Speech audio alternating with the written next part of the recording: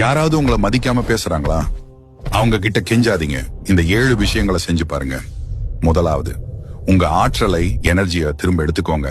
நம்ம கவனம்ங்கிறதே ஒரு சக்தி. அதை வீணா போனவங்களுக்காக செலவு பண்ணாதீங்க.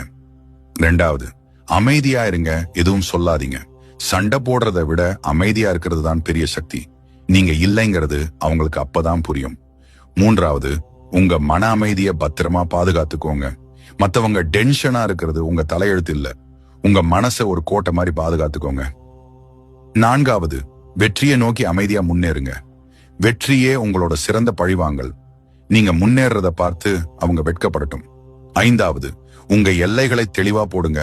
ஒரு முறை அவங்க உங்க எல்லையை தாண்டினா மறுபடியும் அந்த கோட்டை இன்னும் தெளிவா இருக்கட்டும்.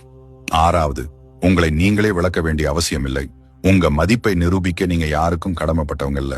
7வது, அமைதியா அவங்க கிட்ட இருந்து விலகிடுங்க.